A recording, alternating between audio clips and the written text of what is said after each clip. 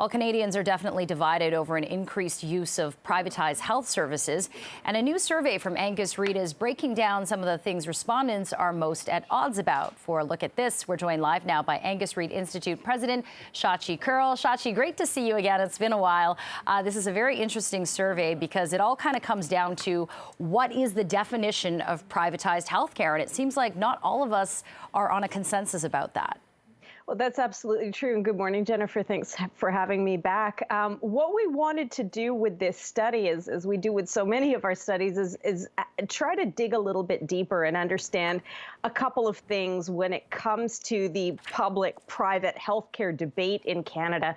First of all, what we wanted to understand is, again, as you mentioned, how do Canadians themselves define public or private healthcare? Because you hear the politicians and the policy advocates talking all the time about, well, this model of delivery is private or isn't it? You've got people saying, I will defend public care, and others saying, well, why can't we have private care? And in the middle of that, we wanted to really understand what's the baseline? What do Canadians consider themselves to be examples of private or public care? So we tested two specific examples. One of them had to do with the delivery of care through private or third-party organizations, doctors, companies, institutions, if you will, but paid for with public money. On that front, you've got about half of Canadians who say, you know what, that doesn't constitute private care.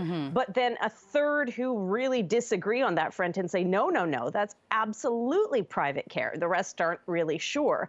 Where we see a lot more consensus, maybe not surprisingly, Jennifer, is on the notion of paying out of your own pocket for access to care. And on that front, 71% of Canadians say no, absolutely, that is a definition or the line that gets drawn when it comes to private versus public care. So the third-party delivery aspect of it, and remember, outside of Ontario, it's been around in a lot of other provinces for quite a while, including here in BC, where I'm speaking to you from. Whether people like it or not, it's something they're used to, and there's a little bit less consensus on that one. Yeah, it's interesting how when it comes to when we pull out our wallets and pay for things, many more, 70% or so, say that is private indeed.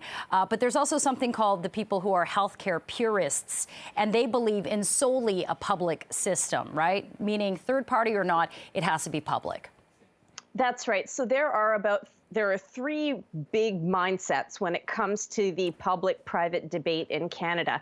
You mentioned the public care purists. They represent about 40% of Canadians, so the plurality. And they're most likely to be women. They're most likely to be found in Ontario, maybe not surprisingly given the debate these days. And they share some other characteristics as well. You've got another group on the other side of the spectrum that we call private care proponents. They tend to be a little bit more right of center politically. They tend to be older, coming from higher income households, and they tend to skew a little bit more male.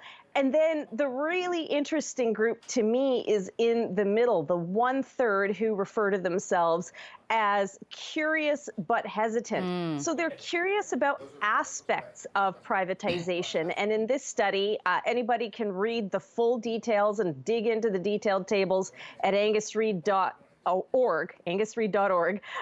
But we tested a whole bunch of different options, not just what's happening in Canada, but places like Australia, the UK, Germany, New Zealand, other jurisdictions where there are conversations like that are happening in Canada around public versus private care. The interesting thing about the curious but hesitant is they're open to some of these private adjacent options, maybe the option to purchase private health care or to opt for treatment in a private system.